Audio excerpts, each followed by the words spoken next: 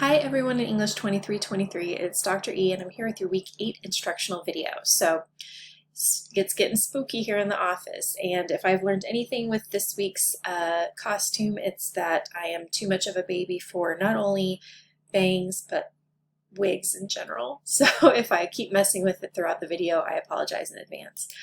Let's go ahead and go to the content area because there is an adjustment that I made for this week and I want to make sure that it's very clear, there's no confusion. So we are reading this background chapter on the 20th and 21st centuries, right? So we went through we started the course with the Romantic era, right? And then we moved into most recently the Victorian age with Robert Louis Stevenson and Arthur Conan Doyle. Now we're getting into more contemporary authors and writers, so knowing about what's happening during the time period that we're reading in these stories can be just so helpful, and to know how these authors, grew up, and their biographies are also very important. So I say that to note the importance of it. It's not the easiest read. It's a lot. Don't read it all at once. Just don't. I know you have so much on your plates. Just try to find 10 minutes here, 10 minutes there to do a little bit of reading, and then find a good stopping point and pick it up later. There's just no way to take in all the information in one sitting unless you're some sort of savant, which you may be, which go you, right?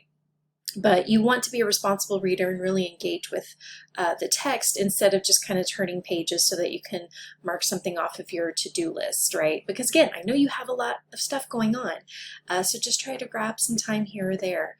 So originally we had a reading journal scheduled for this week, and while it's really interesting to, write from that perspective when it comes to a background chapter in the time period, it seems like we can maybe gain a little bit more, from thinking about the time period in the texts, that the primary texts, right? The texts that were written during this time period. So I moved the reading journal to next week so that you could actually, approach one of our short stories and author biographies from, from the reading journal kind of point of view. I hope that's okay. If you already started your reading journal for this reading, I applaud your efforts. If you want to touch base with me about potentially getting some extra credit for that, I'm down with that because I don't want your work to not, not mean anything, right? So just let me know. I know some of you are overachievers, which I do enjoy. So let's go ahead and go to what we are doing this week. And that is, we have a mind map, right? So I feel like that's a really good way to plot out the information, really focus in on what you think the big main points of this time period are, and explaining that, right? And finding quotes to support your ideas. So I think at this time, the mind map is just kind of, you know what you're doing, right? You have it all. Some of you play around with different kinds of formats, and that's great. I really enjoy seeing what some of you submit, right? Well, I enjoy what all of you submit, but some of you get really creative. As long as you're not wasting too much time on the creative elements, it's all about the ideas, right? And then you do have a participation quiz that will be due Sunday. So a pretty straightforward week.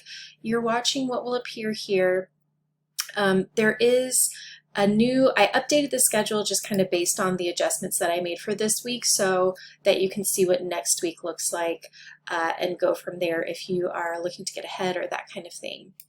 All right, so you have the week 8 mind map, and this just looks like any other mind map assignment. Like I said, it should kind of be pretty straightforward now based on all that you've done, so you can review the guidelines, and then there are the templates, but of course you can use Canva, MindMap, or any of those other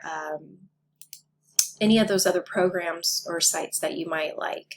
So that's our week in a nutshell. If you couldn't tell already, I am dressed as Wednesday Addams. Love the show, love the history with the Addams family. Look how cute.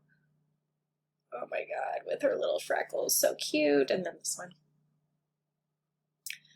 Anyhow, all right, so let me know if you have any questions, post in that Q&A discussion board, and have a wonderful week. Good luck this week.